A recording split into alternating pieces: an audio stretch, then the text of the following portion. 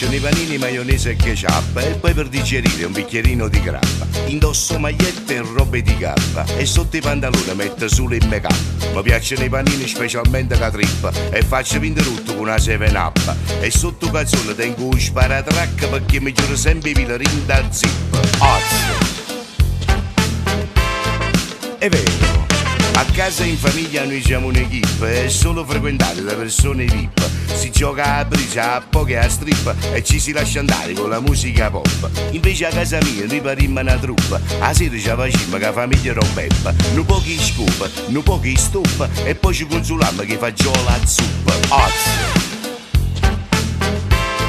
È vero, mia figlia è maestra di tip tap, capelli corti e jeans con le top, scarpette igieniche, hop hop, passeggia come una model top. Mia figlia Nanninella è solamente una tap, tiene i capelli lunghi arravogliati con tup, che scarpa 38 con tanta la zeppa, che quando cammina mi pare una zoppa.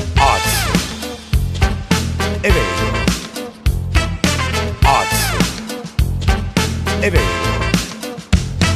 Mio genere invece fa parte di un gruppo che fa dal rock al jazz bebop. Col basso elettrico ti fa lo slap e suona la chitarra come a Frank Zappa. O fidanzato di mia figlia si chiama Filippo, ci guarda mesi in mano, te ne calli una zappa. Però tiene una vespa che nessuno chiappa, perché passa con russa e non si fermi, stop. È vero.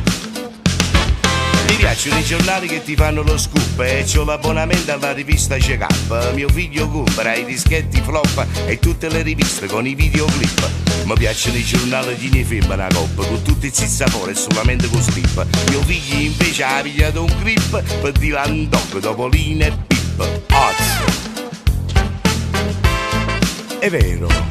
Mia moglie non esce di casa per fare lo shop, anche per comprare una bottiglia di lip. Col cellulare le chiama la coppa, gli arriva un calzone con tanto di zip.